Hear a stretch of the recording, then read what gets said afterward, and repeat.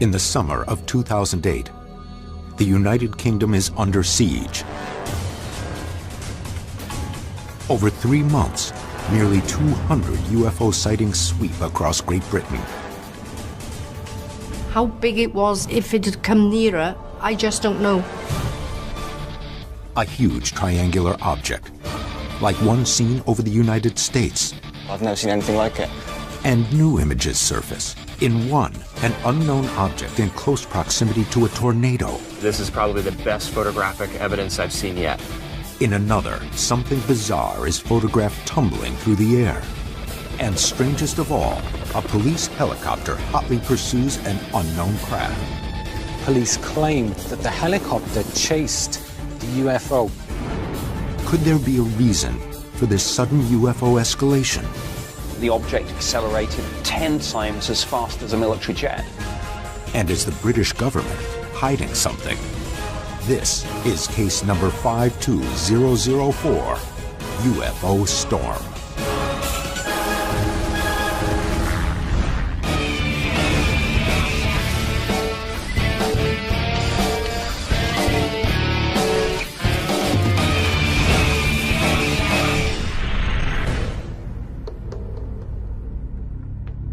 The object was, I would say, between 100 and 120 feet. It was a round shape, a sphere, and it was rotating. I said, am I going crackers? Can anybody see this? Summer 2008. In countless cities across the United Kingdom, accounts of strange lights, unexplained objects, and other bizarre phenomena attract the world's attention. Record-breaking numbers of reports dominate front-page headlines and nightly news broadcasts. In Liverpool, 13 strange orbs. In Ramsgate, a giant flying triangle. In Bristol, a hovering silver object. In Birmingham, 3 low-flying discs. An epidemic of UFO sightings covers the British map. By the end of August, nearly 200 sightings have been reported, and the numbers are increasing. We've landed here in the United Kingdom because currently England is the world's hotspot for UFO sightings. As UFO investigators, this is exactly where we want to be, where the phenomenon is the most active. What we're getting is videographic and photographic evidence of orbs, of triangles, even one case related to meteorological phenomena. Bill Burns will look into a breaking case involving a police helicopter that nearly collides with a UFO, and then gives chase to the object. There were conflicts. The police denied it, the Ministry of Defense denied it, but witnesses said it really happened. Pat Uskert will uncover never-before-seen video of an object that may have ties to an American mass sighting. He's pretty impressed by what he saw that night, and he thinks he's looking at some kind of UFO event. And Dr. Ted Ackworth will hunt down and analyze compelling pictures which seem to show a UFO approaching a tornado. The object was very, very close, near this twister. Are those related? Is there some cause and effect? I'm not sure, but I'd like to find out. This epidemic of UFOs has happened before, across the Atlantic. June 1952. Throughout the United States, an alarmingly high number of UFO sightings sweep from coast to coast. The following months come to be known as the Summer of the Saucers. The sightings seem to peak when 2 Pan Am pilots spot 6 glowing red discs while flying over Newport News, Virginia, on the night of July 14th. But just days later, on July 19th, the wave reaches a breaking point. In the skies over Washington, D.C., air traffic controllers at Washington National Airport track several objects flying over the White House. But the objects vanish before Air Force jets can scramble.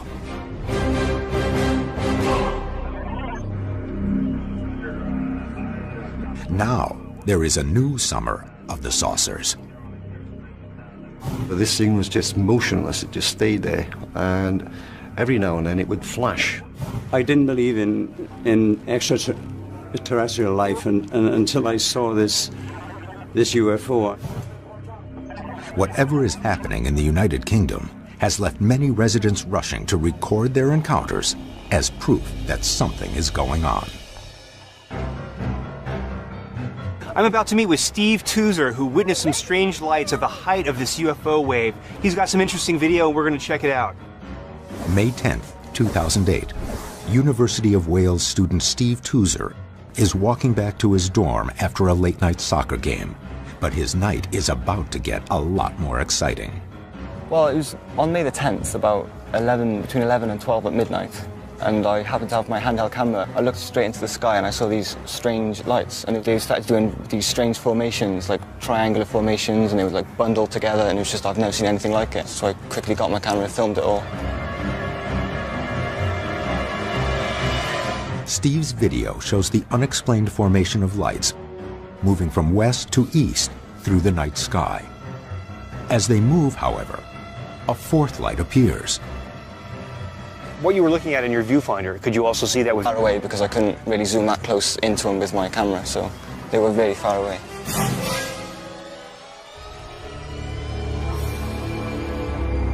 What was their trajectory? Most of them went across the sky. Did they exhibit a sort of independent movement? Yeah, it's like they were like together talking to each other or something. I don't know, just doing something. There's different formations, and then they would just disappear. I have to say, the footage is very interesting. We are looking at lights in a formation that are hovering over the town. Now, because of the distance and the quality of the camera, I can't really know what these lights were, but that's why we're going to have it sent to the lab and have Ted analyze the footage and see what he can make of it. Steve Tuzer isn't the only person perplexed by strange objects in the British skies in the coming months. July 28th.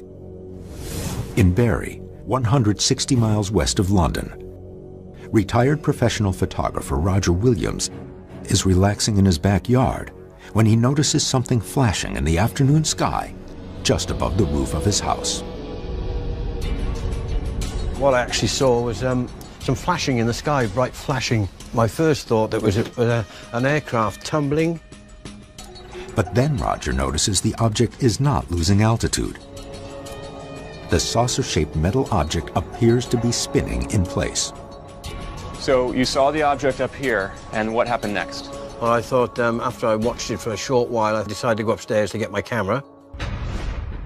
Roger snaps these pictures from his bedroom window. He photographs a silver-colored object against a clear blue sky. The object is blurry, but visual processing should be able to enhance the image to get a better look. Roger also captures a passing airplane, which provides an instant visual contrast that will be important in future analysis. I realized that there were no wings or anything like that. It was a sort of a donut shape with reflections around the edge. So obviously it wasn't a plane or anything like that.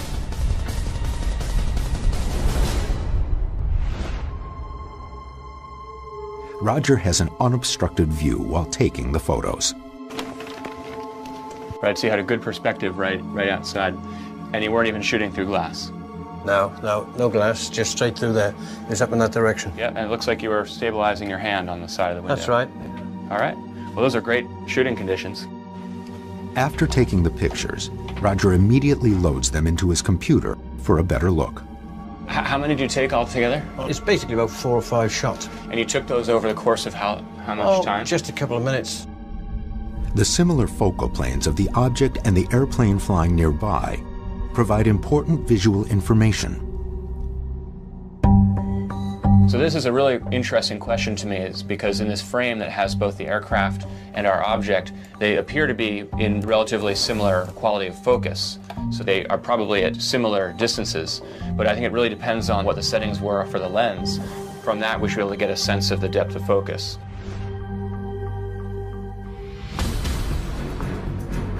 By obtaining the lens settings and aperture from Roger, Ted can now conduct a complete photo analysis to see if he can identify this silvery tumbling object.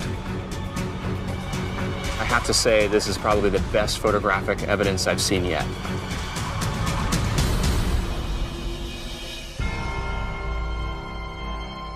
But Steve Toozer's and Roger Williams' sightings are just paving the way for the most controversial event of the summer. On June 7, 2008, just outside of the Welsh town of Cardiff, a police helicopter, reportedly preparing to land at St. Athan Royal Air Force Base, is nearly struck by a UFO. To many researchers and news agencies, this is Britain's most compelling UFO case in years.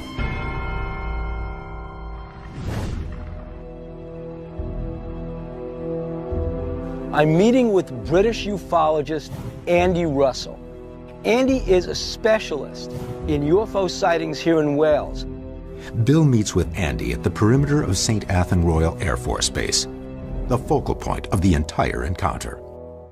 The whole incident started here at RAF St. Athan early hours on the 8th of June, although some witnesses have seen a craft around the area on the 7th. When the helicopter was coming in to land, the crew noticed a small UFO approaching it at a high speed. The crew took evasive action. Originally, South Wales Police claimed that the helicopter chased the UFO.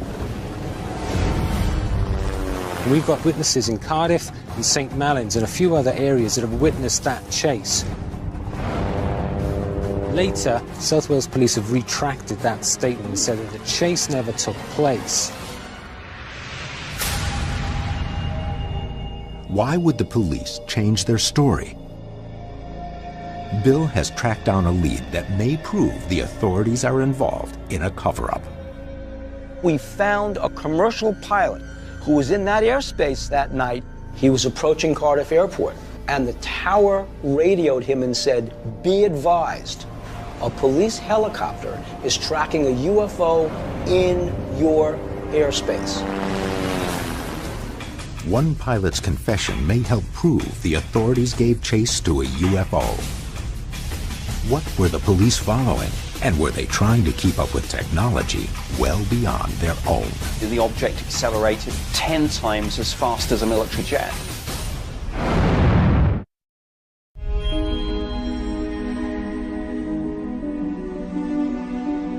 In the summer of 2008, the United Kingdom has become a center for frenetic UFO activity.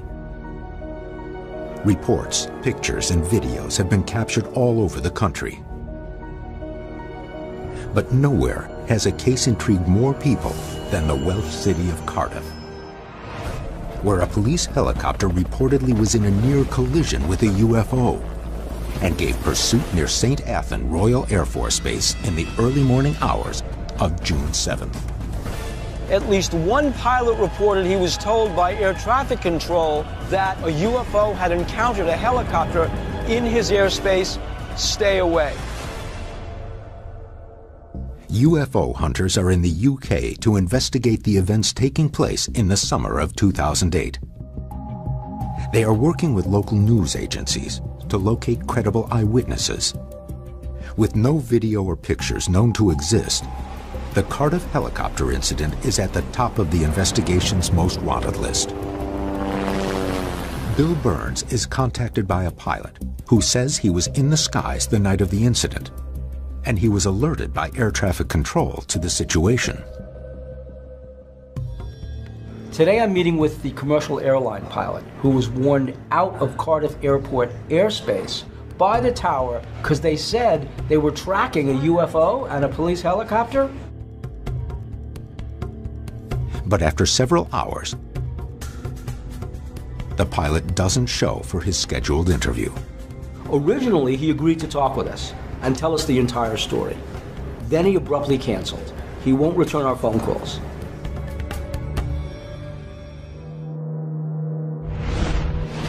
His initial emails show he is eager to participate. But after the missed interview, a final email shows he has changed his mind about discussing the case. and won't say why. With the pilot now out of the picture, the investigation needs to locate more eyewitnesses. Pat meets with Andrew Dagnall, a reporter from Media Wales. Andrew has also experienced eyewitnesses going suddenly quiet.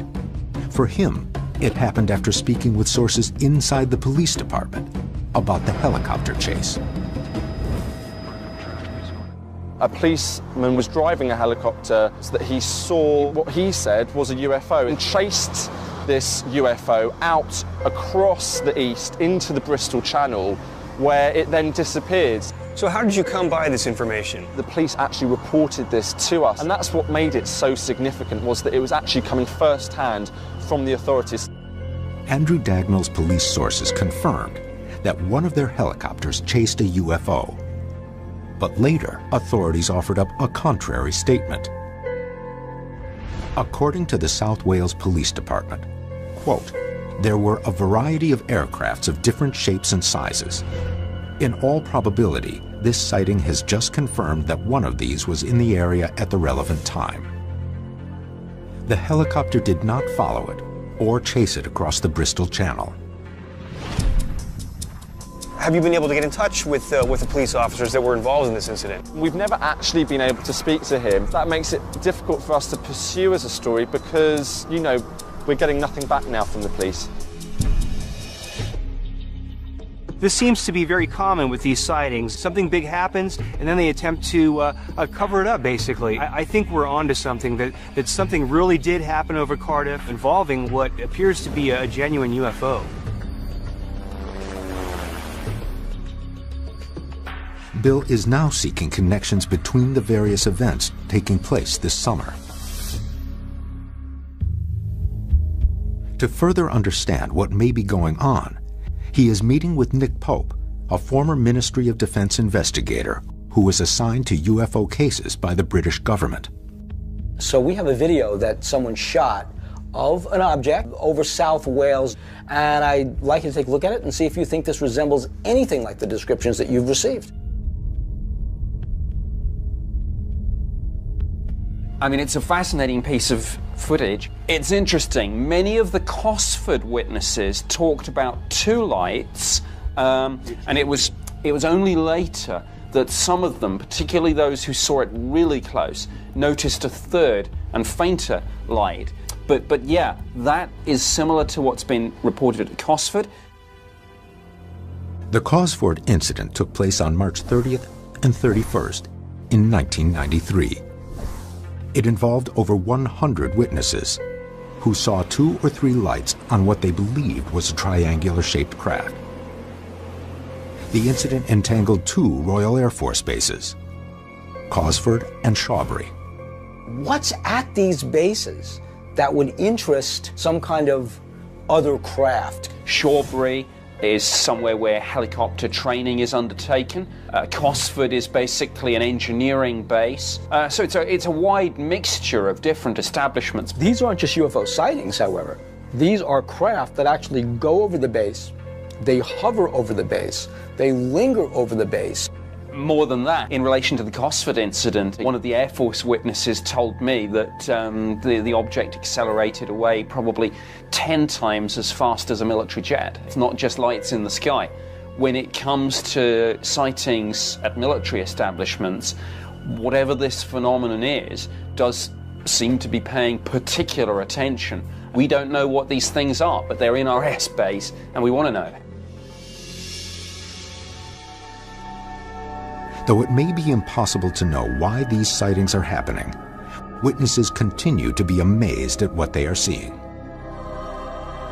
Local media assistance has helped uncover an eyewitness who saw the Cardiff helicopter event on the night of June 7th. Sometime after midnight, Amanda Berry is in her kitchen, preparing to turn in for the evening, but soon realizes her night is just beginning. Well, I was basically, sort of washing dishes, doing normal, just usual things, working on my computer. I looked out of the window and I basically saw this light, sort of an orangey sort of light. Amanda watches as a helicopter emerges behind the strange light. To her, it appears to be following or chasing the object. What drew your attention to this thing? What was unusual about it? Well, I mean, it was flying quite quickly, but it was sort of flying in a very smooth way, which you wouldn't, in a sort of broad arc. According to Amanda, it is able to evade the helicopter with relative ease. Did it appear that this thing was moving faster than the helicopter? Yes, it did. I was getting the impression that the helicopter was kind of struggling to keep up with it, and it seemed to be flying along quite effortlessly, really. I mean, it was almost like as if it was teasing the helicopter, you know. Amanda's description matches what many local media outlets reported hearing from other witnesses. But skeptics dismiss this sighting, claiming it is something far more prosaic, a simple paper balloon known as a Chinese fire lantern. Chinese fire lanterns are often used in celebrations such as weddings, birthdays, and concerts across the United Kingdom. In fact, fire lanterns were launched the night of the sighting, at a wedding in the town of Cowbridge, only 5 miles from the St. Athan base.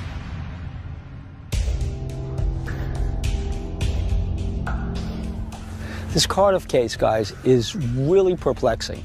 On the one hand, you've got the newspapers reporting this as a banner headline. The police admit that their helicopter encountered a UFO. Then the police pull back and say, oh no, nobody can talk to you. Well, it sounds like they're trying to downplay the incident, but according to some of the actual eyewitnesses, they reported that they actually saw the helicopter chasing an object.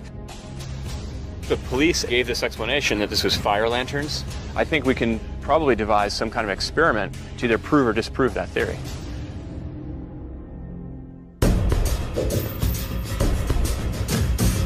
To put this theory to the test, Amanda has agreed to observe a series of fire lanterns and see if they appear anything like what she witnessed on the night of June 7th. With an eyewitness at the ready, the experiment is set for launch. Are police ignoring a case of simple misidentification? Or are they refusing to come forward because of a UFO incident at a Royal Air Force base?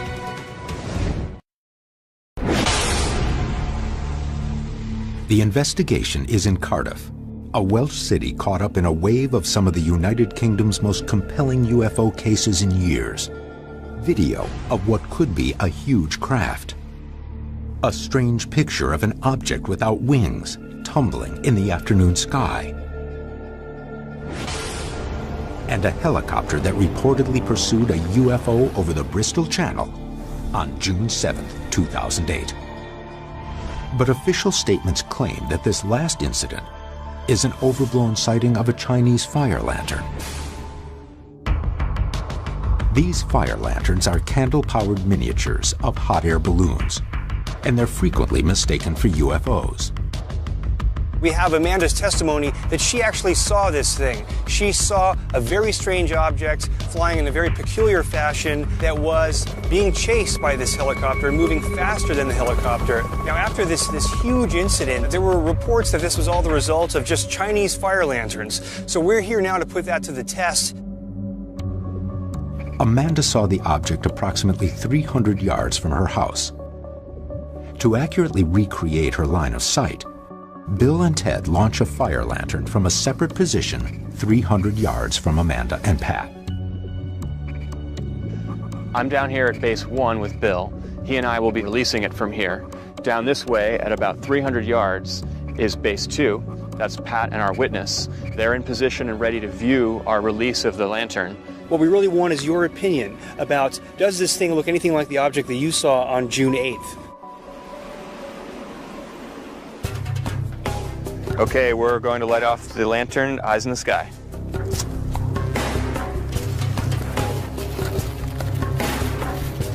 Go.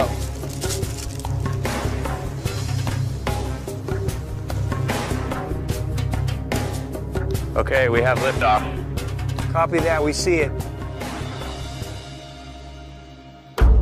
Well, Amanda, well, you see it? Yeah. Does it look anything like what you saw? It's a lot smaller than what I saw, and even at low altitude they're small. So, well, even the lights on the helicopter I saw were, you know, they were dimmer than the lights on the other craft. You could see that they're, you know, electric lights. They were intense. These lights had intensity. Yeah, yeah. And this was more of a flickering candle or like a campfire. Basically, it just didn't look the same at all, really, you know. I think you've made it clear that this is completely different from what you saw that night. Ted, I just wanted to let you know that we've pretty much concluded that what we've launched here this evening doesn't look anything like what Amanda saw that night. Okay, Pat, roger that. There is also meteorological evidence that casts doubt on the theory that these were fire lanterns launched from a wedding in the town of Cowbridge. Cowbridge is about 13 miles to the west of Cardiff, and the winds that night, we looked at the meteorological data, are coming basically out of the north. Now, if a fire lantern was launched over Cowbridge and climbed up to 2,000 feet, it would be traveling in this direction, and that is the opposite direction from Cardiff. So we've got a balloon that's launched 13 miles away, traveling basically away from Cardiff. How could that ever have been sighted over Cardiff? It just doesn't add up. So what does that mean? It's looking increasingly like we have to look for another explanation, and that explanation might very well be it's a UFO. While one experiment has helped eliminate a conventional explanation, the photos and video from Roger Williams and Steve Tuser may provide even more evidence. Are these similar objects to what the helicopter pursued that night? Ted and image analyst Terrence Masson look for any distinguishing characteristics in the evidence. Now, the Roger Williams photos, I'm really hopeful for. For once, we actually have a professional photographer taking a picture of an object. I'm hopeful that we can get something really definitive out of this. Roger turns his 35mm camera skyward and captures 6 images of a strange disc-shaped object that he at first thinks is tumbling, but then realizes is hovering in place. If we could do a sequential viewing of each of the object zoomed in and take out the motion, we could see how it looks over the course of those frames. What we did was several things. Able to isolate some motion blur out of it and do some sharpening and contrast enhancement and actually overlay and sequentially analyze those 6 photographs, one on top of another. To me, this is pretty wild. Yeah, it's definitely changing shape. To me, it looks metallic. It looks very clearly reflective. Silver, like an aircraft body, aluminum skin, but nothing at all like the shape of an aircraft. And what we see very definitively is it's roughly donut-shaped, saucer-shaped, if you will, and it's very clearly over the course of that short minute and these 6 photographs that it's either tumbling or physically changing shape. It certainly doesn't look like any kind of wings or a helicopter. It's definitely doesn't fit any of our conventional aircraft profile. The fact that this metallic, shiny object is hovering out there in space over the course of a minute and changing shape or rotating in place is very, very puzzling. But Steve Tuser's footage shows something altogether different. The footage is remarkably similar to another incident that's already been closely analyzed. It reminds me a bit of the Tinley Park video in that there's that formation. On August 21st, 2004, hundreds in the small town of Tinley Park, Illinois, view 3 orange globes floating above their city. The video analysis seems to show that all 3 lights are connected.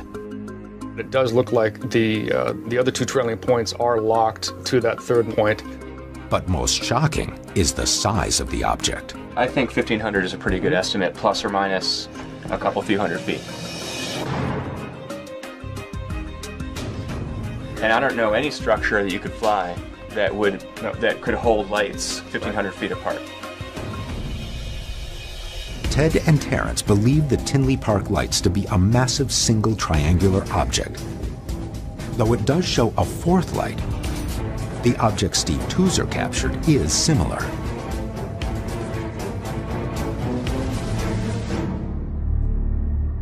It makes me curious whether or not these lights are part of a larger structure. All right, so we see here the stabilized footage. The light on the left is the one that I actually pinned. And again, similar to Tinley Park. To my eye, they're pretty stable. To the naked eye, they do seem about the same position. It really does seem to be the structure locked together where it's doing some sort of rotation. So what Terrence's analysis is telling us is that these 4 point sources are clearly locked together in formation, but it's a very sophisticated formation where they're not just hovering together, but they're rotating en masse as one object. It really leaves me wondering what this could be. One final photo could shed light on the dramatic increase of sightings in the United Kingdom, as a photographer in Lancashire captures what appears to be a UFO approaching a tornado. Everybody has said, what is that? The latest wave of UFO sightings over the United Kingdom has seen strange triangles, bizarre silvery objects, and a helicopter pursuit over the Bristol Channel. But the most unique case might involve a UFO and a tornado. Melanie Walwork of the Lancashire Evening Post received this photo days after it was taken.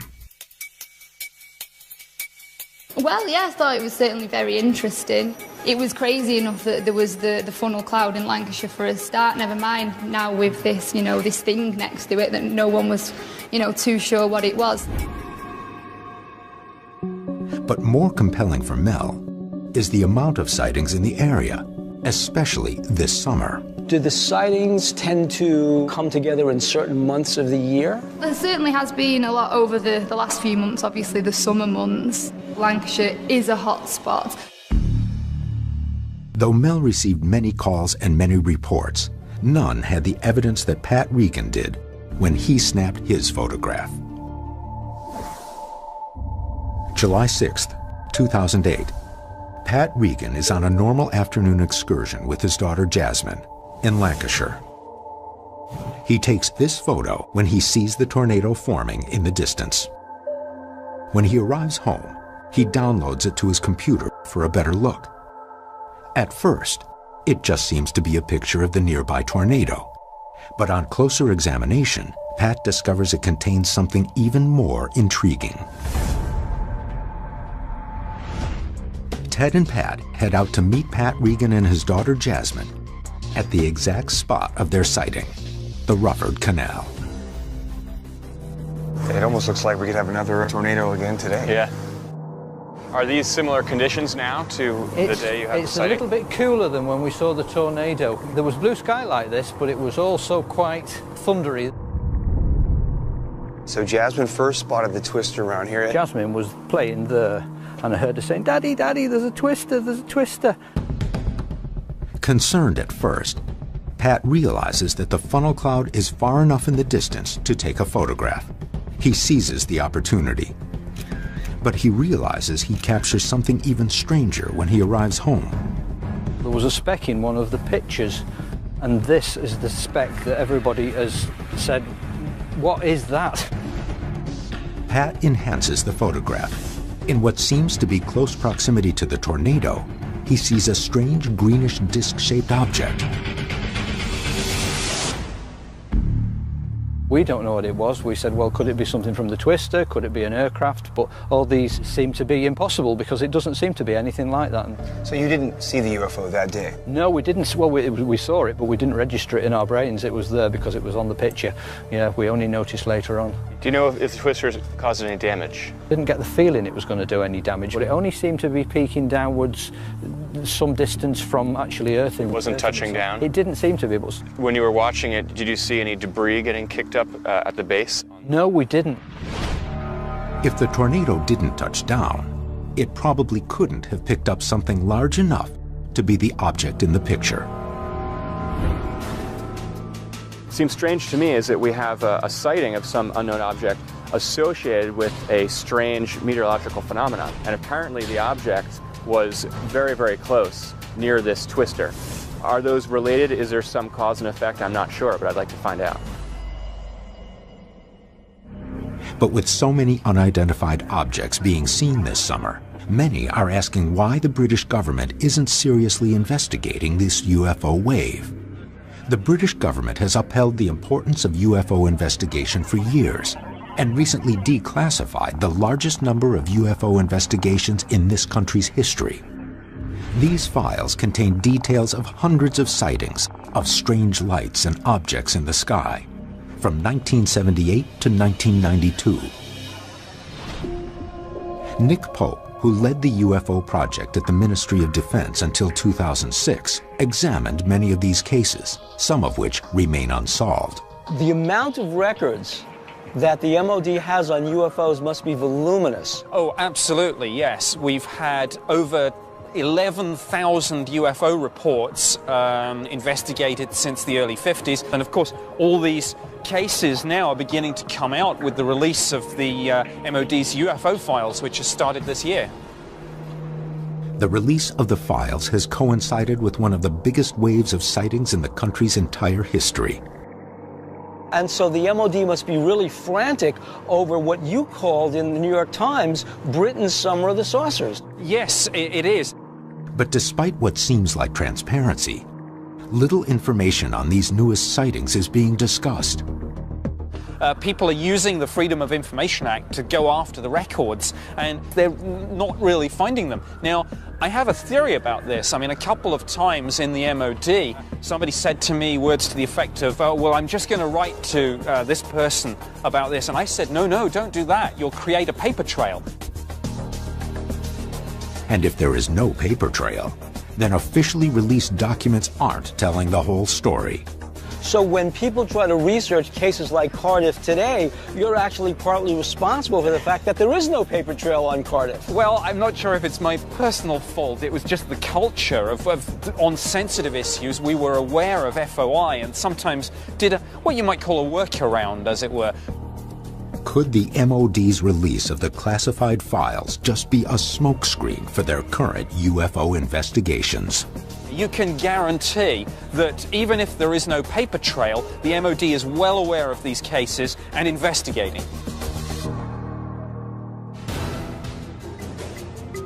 With solid meteorological data, field perspective, and a photograph, this may be the investigation's best chance of determining what's in the skies over Britain in the summer of 2008.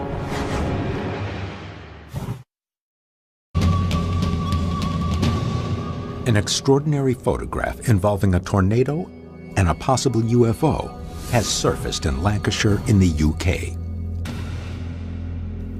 Could this be the evidence needed to validate the numerous sightings sweeping the United Kingdom in the summer of 2008? I'm at the University of Manchester at the Centre for Atmospheric Sciences. I'm about to meet with Dr. Grant Allen, who's an expert with tornadoes and twisters. I'm hoping that Dr. Allen can give me some information about the tornado that I can use when I get into the digital image processing.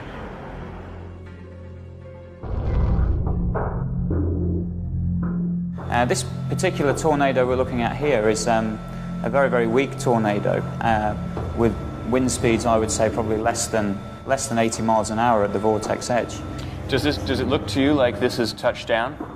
I wouldn't say so. Normally when a tornado forms at the top of the cloud, you get a thicker area and that tapers off as it descends, and you can see that. One question stands out. Is this object just a piece of debris picked up off the ground and tossed out by the tornado? Dr. Allen worked up an estimate on the strength of the tornado, detailing the force needed. The maximum velocity around the edges of the funnel was about 80 miles per hour. That at as little as 10 meters away, it could be half that velocity. So we know that the velocity of the air around this funnel is dropping off very significantly. And obviously it would take very strong winds to keep some sort of debris or object up in the air. If the tornado had touched down, and if that's a relatively large piece of debris that's left over, I would expect to see more evidence of debris either around the tornado or off this picture maybe. We've looked very closely at throughout the entire frame, and that's really the one and only piece of debris that we're seeing. And it seems to be about halfway up the funnel. None of those photographs has the tornado been anywhere near the ground. So my hunch is that that is not debris. With this stage of the analysis complete, Ted turns back to image processing to determine the size, speed, or distance from the camera to the object. The question here is, what's the object? You know, an aircraft, a bird, an insect? Can we get our hands around this in any way? My first impression is that it is something of medium size at a pretty good distance. I am seeing what looks to me like motion blur on the object. Motion blur happens when the object being photographed moves faster than the camera and film's ability to capture cleanly. It is usually affected by the camera's shutter speed. Let's look up the shutter speed. 5 thousandths. Right, so that's really fast. Shutter speed on a camera dictates whether the photo is sharp or blurry. Pat Regan's camera shutter was set to open and close at 1/5000th of a second. This extremely fast speed clearly captures the estimated 80-mile-per-hour winds of the tornado, but not the alleged UFO. It seems like it would have to move pretty fast in that very fast exposure time to still be blurred, because anything else that was moving at any kind of relative speed, even 80 miles per hour, a fast car, I would expect that to be crystal clear. You're right. At that shutter speed, right? You're right. Because that's really fast. That's a good point. Further analysis shows the object moving a third of its length in the 5,000ths of a second needed to take the photograph. But its exact size cannot be determined. Do we know that it's a physical object? I would say definitively yes. You can see the very dark undershadowing on the foreground objects, and if we zoom into this thing here, we can see it's kind of more light on top and dark underneath. So there is something physical in frame. It's not something that's added after the fact or very close to camera. Right.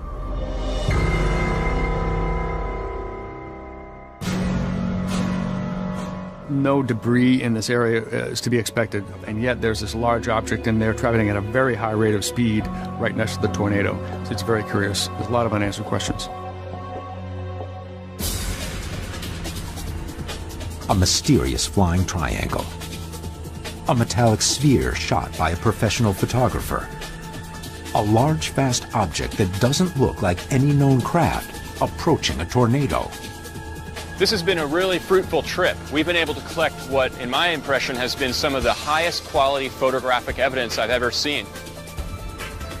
From conducting our own experiments, I'm of the opinion that there actually was some kind of unusual object that interacted with this helicopter. We found that even though the MOD is releasing its files, it's still keeping mum about cases. We're left with the possibility that we will uncover the piece of thread that will unravel the whole secret and finally reveal the truth. But even as the summer draws to a close, the events continue. September 7th, just outside of Southport. Near Pat Regan's sighting of the tornado object, residents flood emergency services with reports of a blazing object falling out of the sky. September 13th, in Bristol, near the Cardiff helicopter incident, 5 bright orange lights circled the night sky. And September 22nd, reports of triangular lights pour in from the towns of Rose, Johnston, and Boris. As events escalate and with more and more witnesses, the truth may be just a sighting away.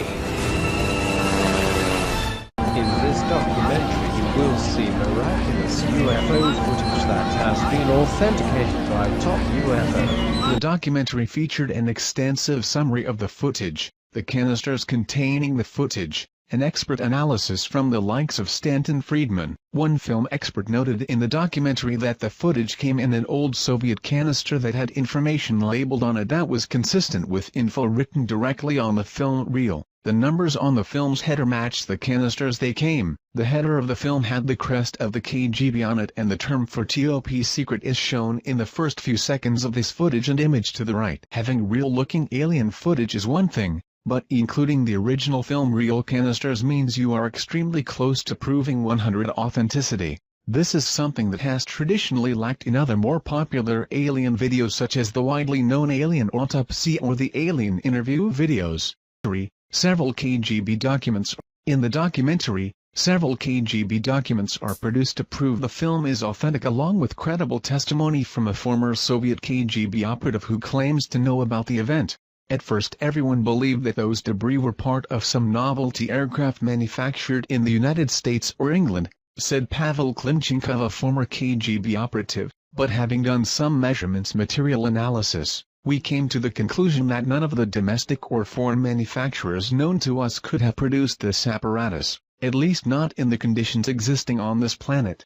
Along with Pavel's testimony, authentic KGB top-secret documents were obtained by the filmmakers, allegedly costing them $10,000. The documents described in detail a crash site recovery operation of a disc-shaped object and organic remains. Based on the credible testimony, KGB documents, expert film analysis and the general good feeling one gets when watching this interesting crash site video, it is safe to assume that this film indeed may be authentic. What about the autopsy? This footage will be posted in our second part article along with thoughts and analysis. Actors, training exercises, skepticism. Some have put forth the argument that an American production crew filmed the footage in March 1998. These claims are put forth on websites claiming to know the truth about this footage. To date they have failed to show even one current photo of any of the soldiers in the film, nor any statements from the actors that they were indeed only actors in this film. This should be easy to obtain if the footage was recently filmed. Some have put forth the argument that an American production crew filmed the footage in March 1998. These claims are put forth on websites claiming to know the truth about this footage. To date they have failed to show even one current photo of any of the soldiers in the film, nor any statements from the actors that they were indeed only actors in this film. This should be easy to obtain if the footage was recently filmed. Another theory suggests the film was a training exercise. Yet no one has produced witnesses verifying this claim. One skeptical viewpoint suggests that the object's thickness is far too small to support any would-be alien pilot. The craft's outer edge as seen on the image is only 12 to 36 inches. However, it is not necessarily indicative of the overall thickness of the craft. The image was taken from the only part in the video sequence where the craft's edge is visible, and since the camera never goes behind, there is no way to tell how much depth the craft may have on the other side. Additionally, if you consider the side facing us may actually be the bottom, we can easily see that this craft can easily fit the traditional flying saucer shape as demonstrated by the below images. In this documentary they claim that, since they only were able to acquire 4 canisters of film, more film footage of this incident is available, such as the entire digging, cleanup, and inside the craft investigation. To this date, almost a decade after it went public, no other videos have surfaced. A UFO crash site allegedly filmed by the Russian KGB in March of 1969 in the Sverdlovsk region of Russia. The footage was later obtained by documentary filmmakers who then published the movie, The Secret KGB UFO Files. A film expert noted in the documentary that the film came in an old Soviet film can and the numbers on the film's header matched the cans they came in. The header of the film has the crest of the KGB on it and the term for top secret. An autopsy of the alleged pilot of the UFO is seen in the documentary film. Soviet doctors examined the burnt torso of the entity and it is revealed that the 3 doctors died 1 week later, all from cerebral hemorrhages. Death certificates are presented as proof. Several KGB documents are produced to prove the film is authentic. Some have put forth the argument that an American production crew filmed the footage in March 1998. These claims are put forth on websites claiming to know the truth about this footage. To date they have failed to show even one current photo of any of the soldiers in the film nor any statements from the actors that they were indeed only actors in this film. This should be easy to obtain if the footage was recently filmed. Another theory suggests the film was a training exercise. Yet no one has produced witnesses verifying this claim. UFO aliens may have helped build pyramids of Giza, says Cairo University archaeologist. Head of the Cairo University Archaeology Department, Dr. Ayla Shaheen, in December 2010 had told an audience that there might be truth to the theory that aliens helped the ancient Egyptians build the oldest of pyramids, the pyramids of Giza. On being further questioned by Mr. Marek Nowak, a delegate from Poland, as to whether the pyramid might still contain alien technology or even a UFO with its structure, Dr. Shaheen was vague and replied, "I cannot confirm or deny this, but there is something inside the pyramid that is not of this world." Delegates to the conference on ancient Egyptian architecture were left shocked. However, Dr. Shaheen had refused to comment further or elaborate on his UFO and alien-related statements. Down below is 90's The Secret KGB UFO Files documentary, that deals with the fact that Russian had already discovered the tomb of alien humanoid in Egypt and something is beneath the pyramid. The Secret KGB UFO Files documentary interestingly supporting the head of the Cairo University Archaeology Department, Dr. Ayla Shaheen, claim as well. Actually, ancient Egyptian writings very often talk of beings from the sky opening and bright lights coming down to teach them technology and give them wisdom. Many pictures and symbols resemble UFOs and aliens. Possibly aliens built the Great Pyramid. And these solid long-lasting construction techniques were adopted by the Egyptians. Ancient Egyptian legends tell of Tep-Zepi, or the first time. This is described as an age when sky gods came down to earth and raised the land from mud and water. They supposedly flew through the air in flying boats and brought laws and wisdom to man through a royal line of pharaohs. And of course, this was all thrown out the window when Christianity came along. Keep in mind that the gods were the one and only religion that there was. No other conflicting beliefs? Why? Well, because it was fact, not faith. The modern church would have you believe that it's just a myth. But you have to ask yourself, on the edge of Occam razor, what truly indeed is more likely? There has always been the question. How did the Egyptians feed and care for the 100,000 slaves that it would have taken to build the ancient structures like that of the pyramids in Egypt? 1 minute it is a very backwards country and almost overnight a highly advanced and technological culture sprung into existence. We now have the answer to that very question and evidence that the Egyptians had help, extraterrestrial help at that, thanks to Russia, the KGB, and a top-secret project called Project ISIS. Astrophysicist, neurologist and science advisor in Advanced Propulsion System gained access to the files of Project ISIS. This was a top-secret project brought about by KGB concerning the discovery of the tomb of the visitor in 1961. Up until Sci-Fi purchased this exclusive footage from an agent of the Russian mafia, it had never been seen outside the top-secret facilities of the KGB. Sci-Fi showed it one time on television, and as it stands today, no evidence of this film or the project is available. Except what we have copies of here given to us by a client that had taped the original show. This video is a powerful documentary with actual footage filmed by the KGB and verified by specialists in the field. Authentic film footage. If we can somehow bring attention back on Project ISIS and prove it out, it will change the history of the beginning of the civilization of man. During the Cold War, Nikita Khrushchev was determined to show the world that communism was superior over the democracy.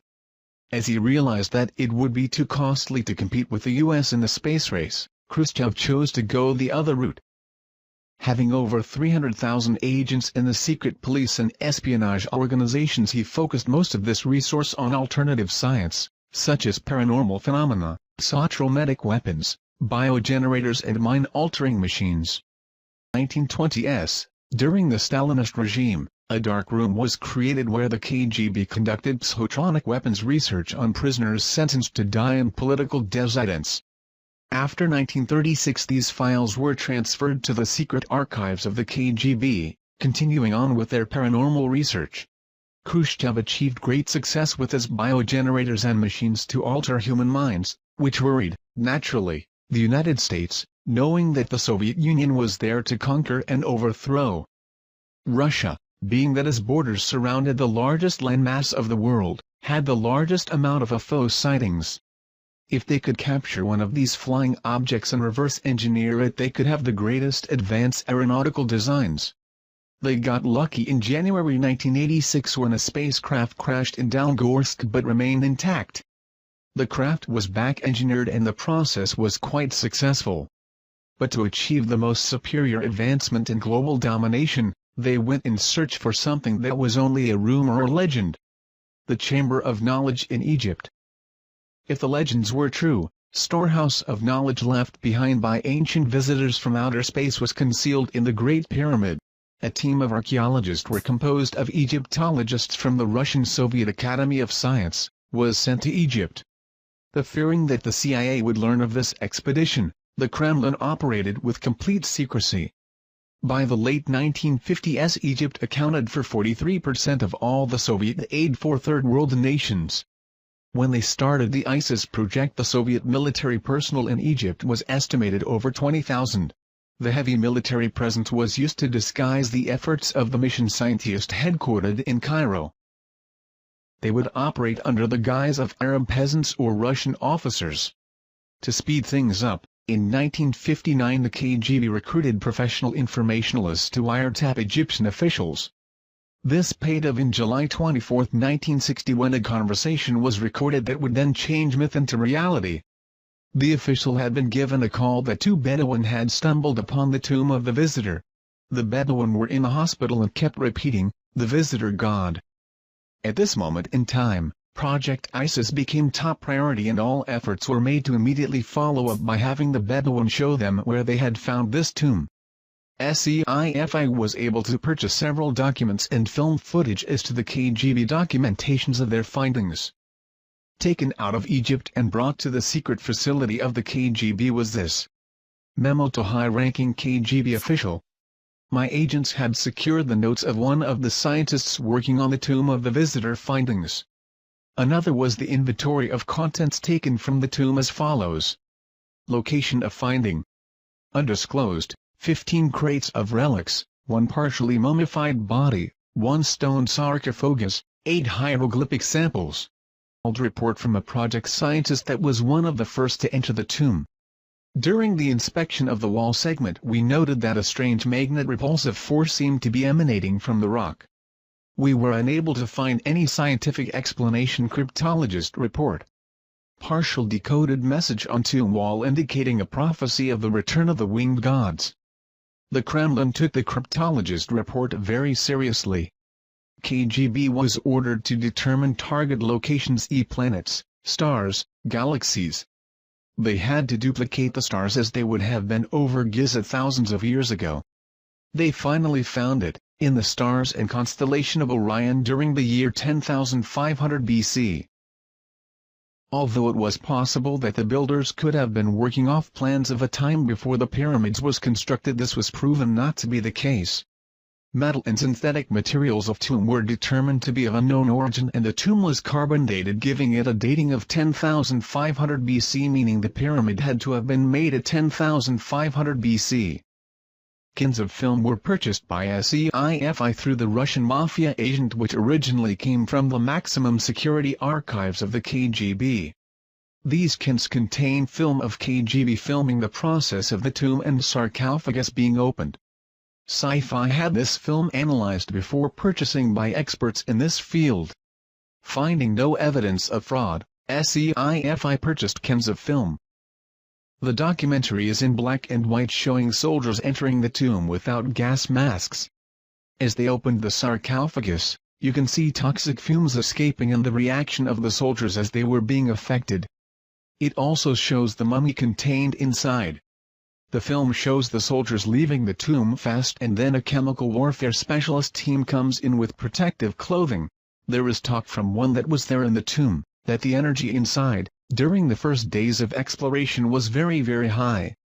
They also had a team of psychics go in and do some special readings of the tomb. It later goes on to show the KGB and Bedouin loading trucks with crates to be shipped back to Russia. According to KGB documents, researchers began to wonder if the pyramid was designed for one particular purpose. They thought it was possibly a machine, being that it was designed like a three-dimensional triangular depiction of a hemisphere. Their thoughts were there must have been a reason why it was designed for resonating with the planet. Their thoughts went to a prism and that the pyramids have powers to alter the cosmic rays, that the pyramids are huge prisms capable of concentrating energy, capturing light from the stars which would initiate a process which would turn the pyramid into an interstellar transmitter. The three pyramids and SPHNIX could be integral parts of an immense machine designed by alien engineers linked by a master control mechanism inside the Great Pyramids. They noted that the passageway goes to main chamber, and above the sarcophagus was a tunneled star shaft. They reasoned that when a specific star alignment occurs, a streak of energy goes down the shaft. Scientists speculated that the radiant energy hitting the sarcophagus could initiate something similar to a cold fusion reaction. The prism structure of the pyramid would then magnify and transfer to the corresponding pyramids. A united beam of energy could erupt, creating a cosmic beacon used by alien starship for future navigation. According to ancient legends all around the world, they all have the same thing in common. The visitors were like men but more like gods. They were giants.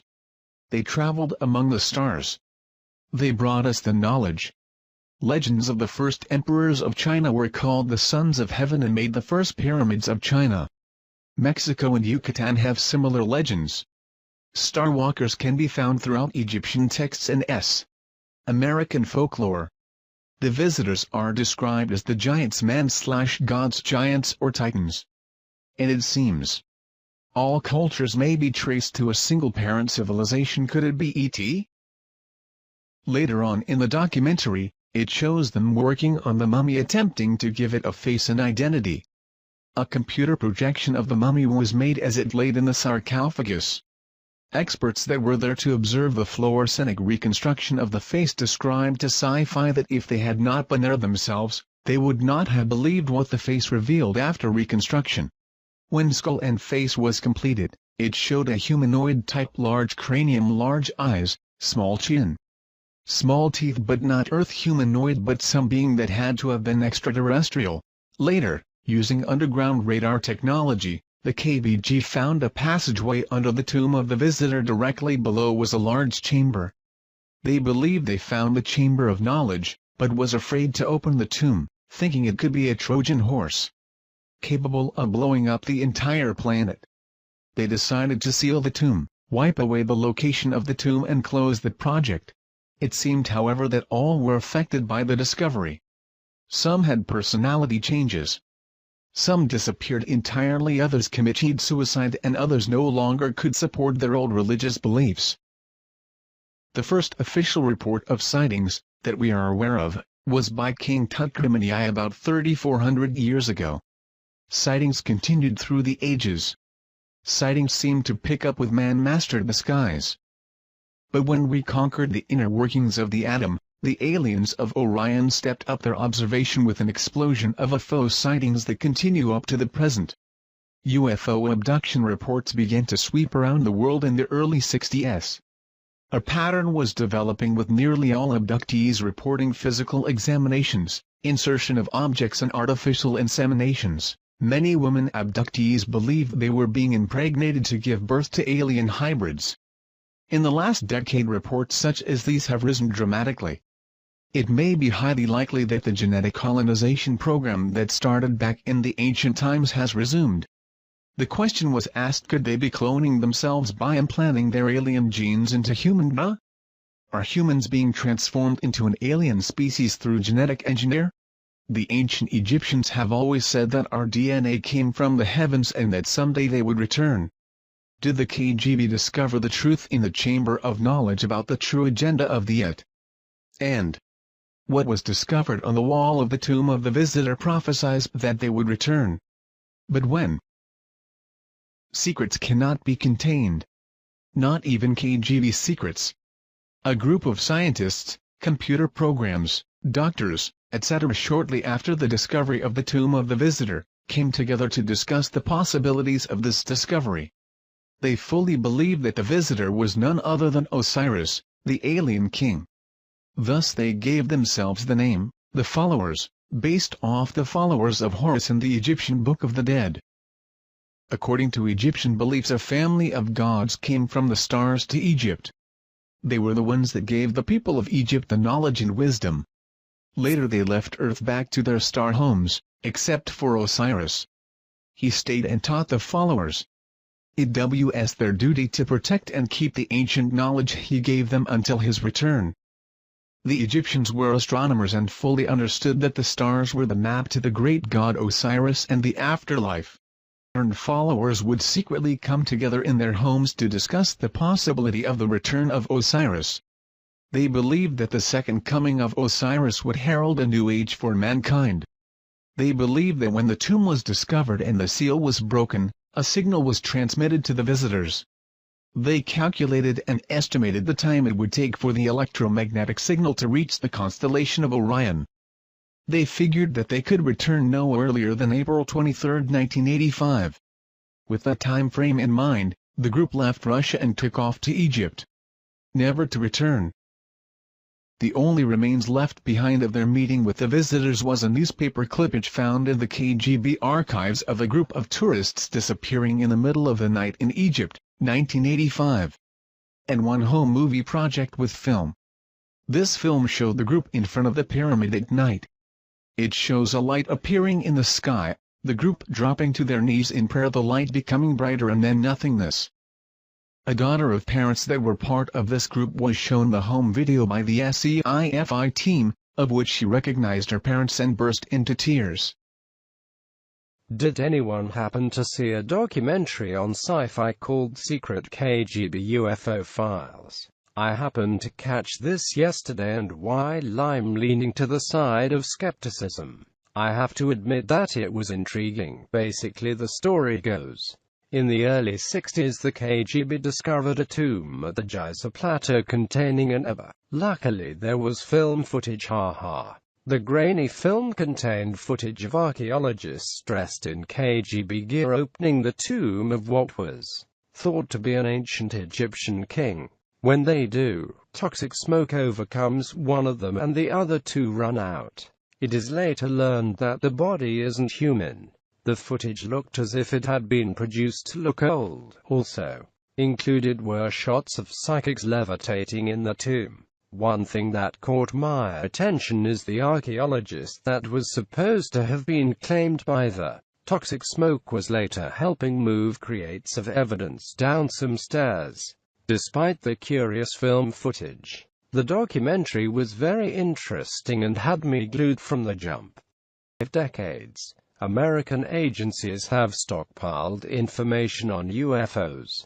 So did their counterparts behind the Iron Curtain. Soldiers, scientists and spies all paint a disturbing picture of the KGB's secret campaign. Is this the stunning proof that the Soviets recovered something not from this earth?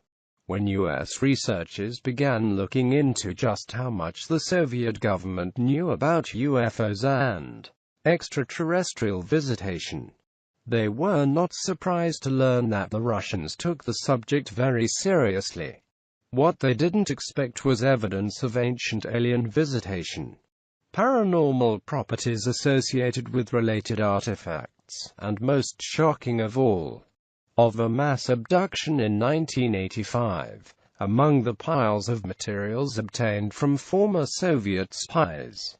Some extremely puzzling and disturbing documents and film footage surfaced confirming rumors, which had been circulating for decades. In the late 1950s and 60s, the Russians became very interested in a number of unusual and newly discovered archaeological sites in Egypt by interpreting ancient symbols.